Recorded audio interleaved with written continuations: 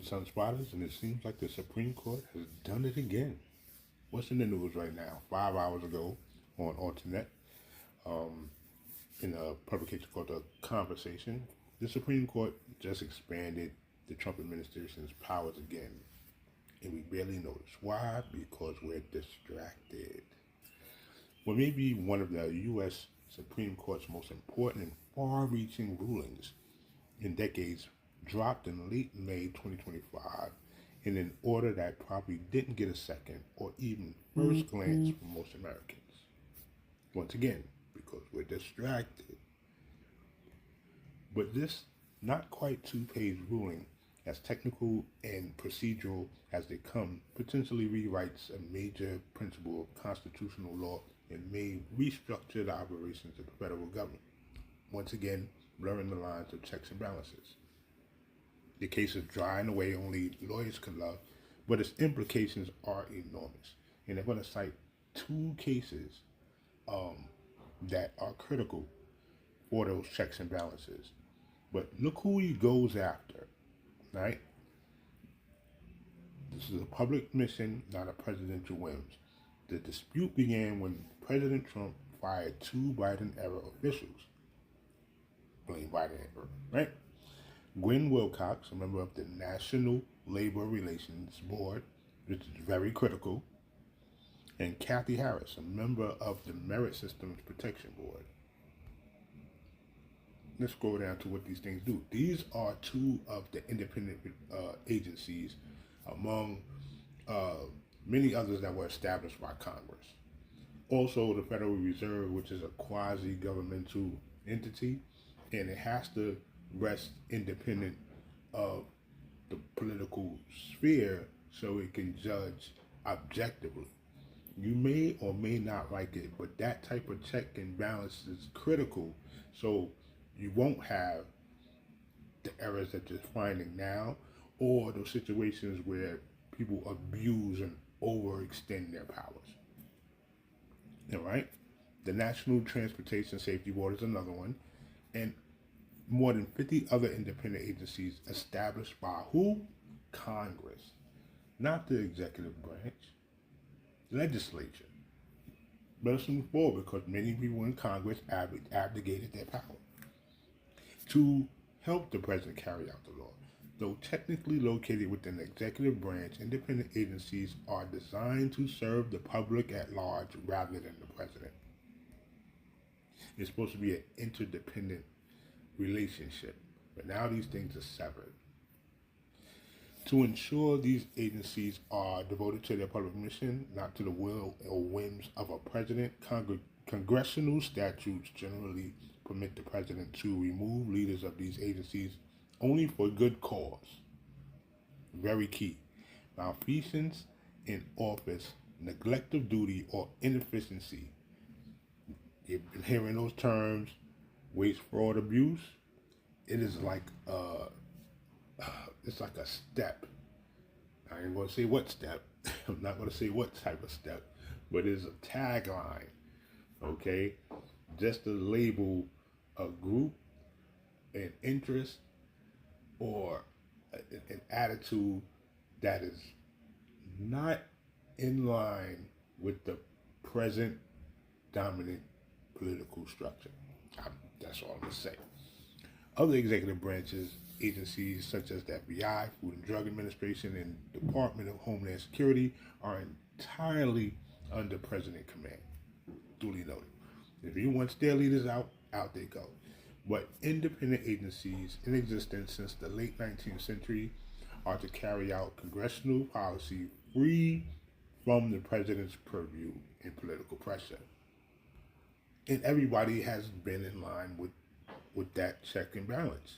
This has been critical to keep things in order. So we know, there's also some type of oversight. There's a fresh eyes on the case. And it may not be running at 100% accuracy, but it does give a different perspective than any partisan viewpoint from either party. And there should be more than two parties, but we're not doing the Musk way, right? Because independent agencies are creatures of Congress housed within the executive branch, there are two long-standing disagreements among scholars about how much power the president should have over them. This is key. The Supreme Court. Okay. In the two firings, there was agreement that Trump had violated the relevant statute by firing Wilcox and Harris without what? Good cause. No malfeasance, no inefficiency, nothing like that. He just removed them. And Wilcox in part because she did not share his policy preferences, political views. That's what that is. He wasn't part of the team. And for Harris, no reason at all. You know what the reason was. Biden era. Sad. But the bigger issue is whether the law itself was constitutional. Could Congress limit why and how the president can remove employees of the executive branch? The root of the problem lies within the Constitution, although Article 2 specifically gives the president the power to appoint certain federal officials. It says nothing about the power to fire or remove them. And for these many political shifts, people have stayed on. People excuse themselves in and out of administration. Some people stayed where they were. That's why you still find Reagan-appointed officials, from federal judges to members of certain agencies, still there. From Reagan. So we're talking about people that's been there and survived the different administrations. Whoever political party was in power. It was like a courtesy as well. But here, no. He didn't even give it an excuse. Like, just, you're Biden, whatever. This specifically gives the president the power to appoint certain federal officials. It says nothing about the power to fire and remove. Conservative legal scholars propose under what's called the unitary executive theory. Write that somewhere, get into it. That because the president is, with the two quotations, the executive branch, he has complete authority, including removal over all who serve within it. Only with the unfettered ability to fire anyone who serves under him can the president fulfill his constitutionally mandated duty to ensure that the laws be faithfully executed. Now let's go into the case. He said these questions are not new. First one Supreme Court took up was the issue in 1926 in Myers versus United States, when Chief Justice and former President William Taft held that Congress could not limit the president's ability to fire an Oregon postmaster, writing that the power to remove inferior executive officers is an incident of power to appoint them. Okay, let's go through that again. The power to remove inferior executive officers is an incident of the power to appoint them. So it's basically, if I can put them in the office, I can be able to remove them. Less than a decade later, and that's under Myers. Less than a decade later, however, the court ruled in Humphrey's Executor versus United States, Humphrey's Executor versus the United States, that the Constitution did not grant the president an eliminable power of removal. That means you just can't go around firing people without any basis, at least over certain types of officials. This included the head of the Federal Trade Commission, the FTC, whose firing by President Franklin Roosevelt at the time sparked the case. Humphrey's executor stood basically untouched for decades until Justices John Roberts and Samuel Alito, both of whom had previously served in the executive branch, were appointed. As soon as they got in there, the conservative issue was raised. Executor needs to be out of there.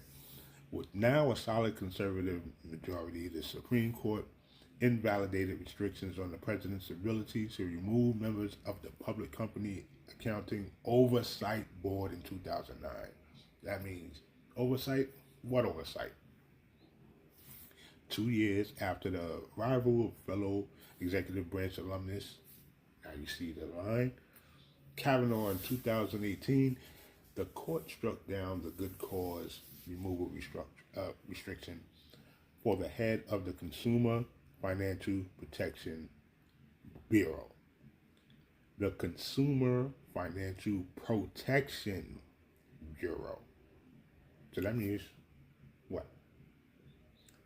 Your protection as a financial consumer is now compromised. All because of these decisions by Scotus. Rather than explicitly overrule Humphrey's executor, however, the justices declared that these agencies were factually distinct from the Federal Trade Commission. Leaders of one were protected by a two-layer removal system, and the other because it was run by a single individual, not a multi-member board. So these were the things that were hovering over.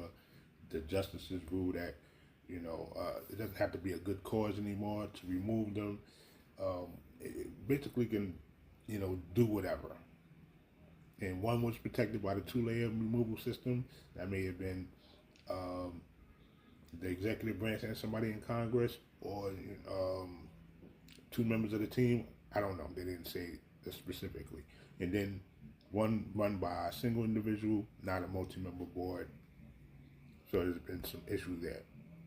Because Humphrey's executor was still good law, and the National Labor Relations Board and the Merit Systems Protection Board, so that's Gwen Wilcox and Ms. Harris, Kathy Harris, was structured like the Federal Trade Commission. District courts in 2025 initially held that the firings of Wilcox and Harris were unlawful, right? Fightable, something that you basically can appeal. On April 9th, 2025, this year, Trump filed an emergency appeal with the Supreme Court, asking it to put the district court decisions on hold. On May 22nd, the Supreme Court granted that request, at least while the cases proceed through the lower courts. Here's where the magic, the witchcraft, or whatever you want to call it, begins. The court did not decide on the constitutionality of the removal statute, but the ruling is nonetheless a major victory for Trump. He can now fire not only Wilcox and Harris, but also potentially the heads of any independent agency. Low-level civil servants may also be at risk. What's been happening since, In the unsigned order, the High Court echoed unitary executive theory. Keeping in line the mandate of the administration so it can execute their executive powers. Because the Constitution vests the executive power in the president, he may remove without cause executive officers who exercise that power on his behalf, subject to narrow exceptions. It simply ignored Humphrey's executor altogether, leaving this value as precedent unclear. So you're basically in that limbo state. We're going to finish this up right now. Subscribe, like, comment. Everything is basically helping you in your engagement. It brings value to the channel, and if you want to see more material like this.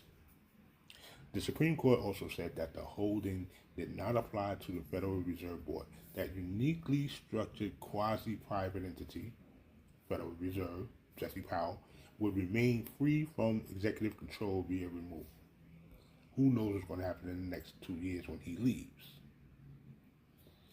Such an explicit carve-out in legal doctrine is striking, but responds directly to claims made by litigants and political commentators of the dire economic consequences that could result where the president to have free reign over the Federal Reserve's chairman. This is getting critical, y'all.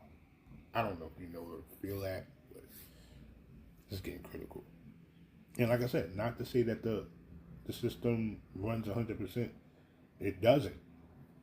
You know, there are highly inaccuracies. There's inaccuracies everywhere, but, you know, if there's separation of powers and there's checks and balances, and then there's people that are righteously coming in to do their work, things can get ironed out.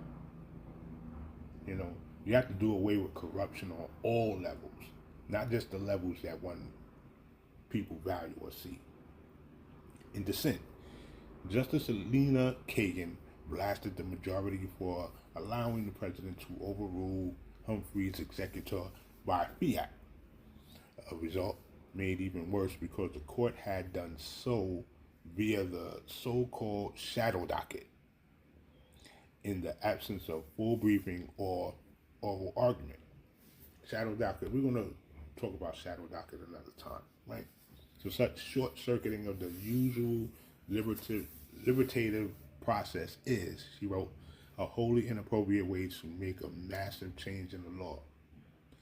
In the shadows, Humphrey's executor, what happens now? The National Labor Relations Board is paralyzed, and the Merit Systems Protection Board is somewhat hamstrung. This chaos. They remove powerful members of the board, basically compromising and get them, destructuring them so they won't be efficient. Hint, hint. Social Security system, Medicaid. Without lacking the quorum necessary to act. Cases about the firing of Harris and Wilcox and multiple other officials will bedevil lower courts as they try to figure out whether Humphrey's executor still stands, even as a shadow of his former self. So Humphrey's executor is a key. And then Myers versus United States. Trump aims to continue axing federal employees even as the administration struggles to retire others. And already asking to make major legal changes on this emergency docket, the shadow docket, the Supreme Court will need to determine whether such change warrants more than a few paragraphs of explanation it gave in the ruling on Wilcox and Harris firings. I think it should. But who am I? There's more to this. If you can, I'll put the link in the description. This requires a nuanced and objective look to actually see what the inconsistencies are and maybe even what the goal is, what the agenda is about. I would like to know your comments. Please, like I said, leave it, and I bid you well. Make sure you find your spot in the sun and shine on. Welcome to the Sunspot.